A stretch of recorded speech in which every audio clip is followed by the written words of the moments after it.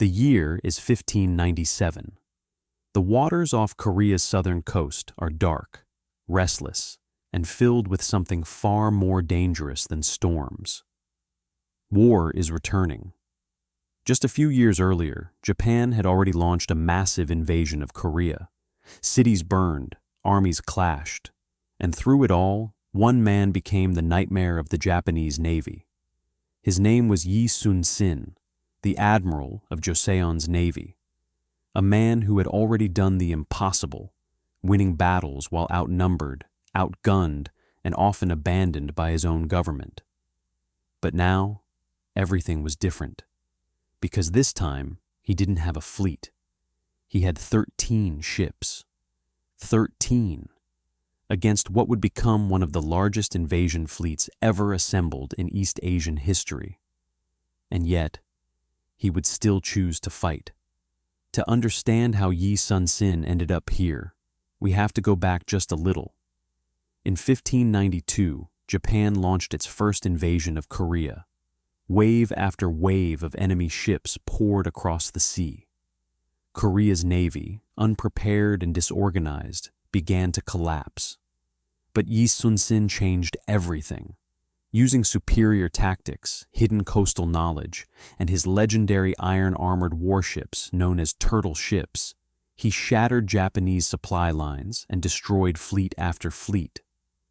The Japanese advance slowed, then stalled. For a moment, it seemed like Yi Sun-sin had saved Korea.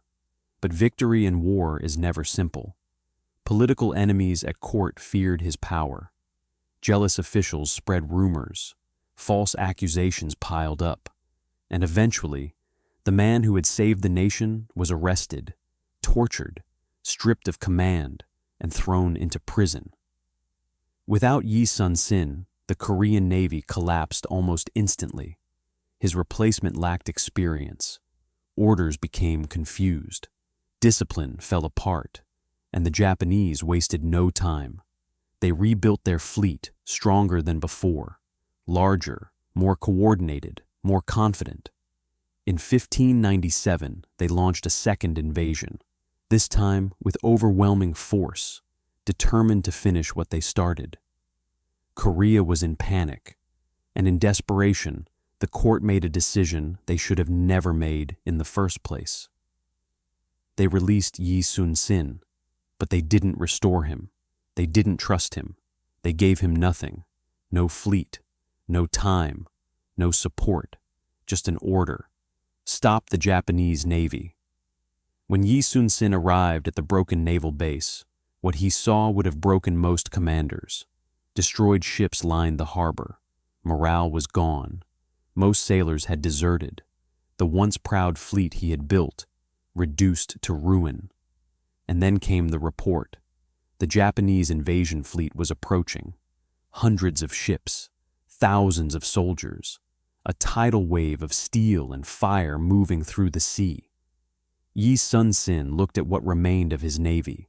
13 ships, that was all. His officers begged him to retreat, to avoid battle, to wait for reinforcements that would never come. But Yi Sun-sin refused, because he understood something the enemy did not. Victory was not about numbers, it was about control, and the sea could still be controlled. The battle would take place in the Myeongnyang Strait, a narrow, violent channel where tides shift like a living beast. At certain hours, the current is so strong, it can rip ships backward like toys. Most commanders would avoid it. Yi Sun-sin chose it on purpose. He studied the waters carefully. He memorized the tide patterns. He understood that this battlefield could turn weakness into strength. And still, his own men were terrified. 13 ships against hundreds. It wasn't a battle plan. It was suicide. But Yi Sun-sin stood before them and gave no grand speech. No promises of victory. Only this: if I die, do not stop fighting. The sea will protect us if we are brave enough to trust it. And then he waited.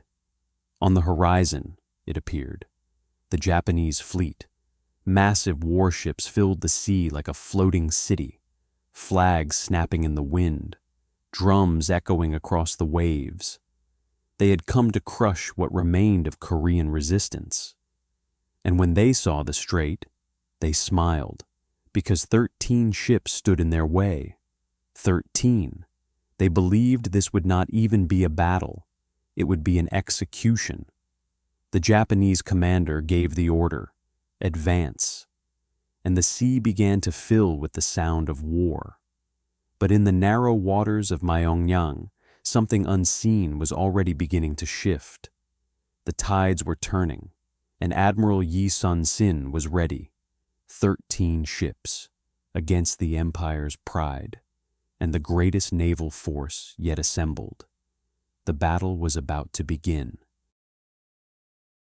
The tide was shifting, slowly at first, then violently. In the narrow waters of Myeongnyang Strait, the sea itself seemed to breathe. Currents twisted, waves collided, and beneath it all, something far more dangerous was unfolding. A trap was forming. The Japanese fleet advanced confidently, hundreds of ships filling the strait like an unstoppable flood. Their commanders believed victory was already secured. 13 Korean ships stood before them, broken, outnumbered, and isolated. To them, this was not war. It was a formality. But waiting at the center of it all was Yi Sun-sin, calm, silent, watching. He raised his hand, and the impossible began. As the Japanese ships pushed deeper into the strait, the current suddenly changed. What had seemed like calm water turned violent in minutes. The tide reversed. Ships that had been advancing forward now struggled against a roaring invisible force, dragging them sideways, separating formations, breaking coordination. And Yi Sun-sin struck. 13 ships moved as one, not forward, sideways, along the current, using the sea itself as a weapon. Cannons roared. The first Japanese ships caught the full force of concentrated fire. Wood splintered, sails burned. Entire vessels began to tilt and collapse under chaos they could not control. Panic spread through the invasion fleet. They were no longer fighting a navy. They were fighting the ocean. Yi Sun-sin understood something no enemy commander had realized. In Myeongnyang, numbers meant nothing. Space was too tight, currents too strong, coordination too fragile. The massive Japanese fleet, once their greatest strength, had become a weakness. Ships collided with each other in confusion. Orders were lost in the wind. Rear ships could not see the front. Front ships could not retreat. And every mistake pulled them deeper into disaster. Meanwhile, Yi Sun-sin's 13 ships moved like predators. He positioned them at the mouth of the strongest currents, forcing enemy ships into bottlenecks where they could not maneuver. Every cannon volley was precise, every movement deliberate. It was not a battle of brute force. It was geometry and genius. But even genius has limits. As the battle intensified, waves of Japanese ships began to break through the chaos. Some ignored the currents. Some rammed forward through sheer desperation. One massive warship broke through the line and charged directly toward Yi Sun-sin's flagship. For a moment, everything seemed to freeze. His officers shouted to retreat. The enemy ship was too large, too close. But Yi Sun-sin did not move. He watched the timing of the tide, waited for the exact second the current peaked, and then he gave the order. Fire. Cannons erupted at point-blank range. The enemy ship staggered. Then the sea itself pulled it sideways, slamming it into another vessel behind it. Wood shattered. Fire spread instantly. Within seconds, both ships were gone. Silence followed. Then chaos returned. The Japanese fleet, once so confident, began to break. Not from a single decisive blow, but from exhaustion, confusion, and fear. They could not form lines, they could not retreat, and they could not understand how 13 ships were destroying hundreds. But Yi Sun-sin understood everything. He had studied every current, every wind shift, every weakness in their formation, and he exploited it without hesitation. One by one, enemy ships fell back or sank entirely. What had begun as an overwhelming invasion was collapsing into disaster. Finally, the Japanese commander gave the order no general ever wants to give: retreat. The remaining ships turned desperately, trying to escape the strait.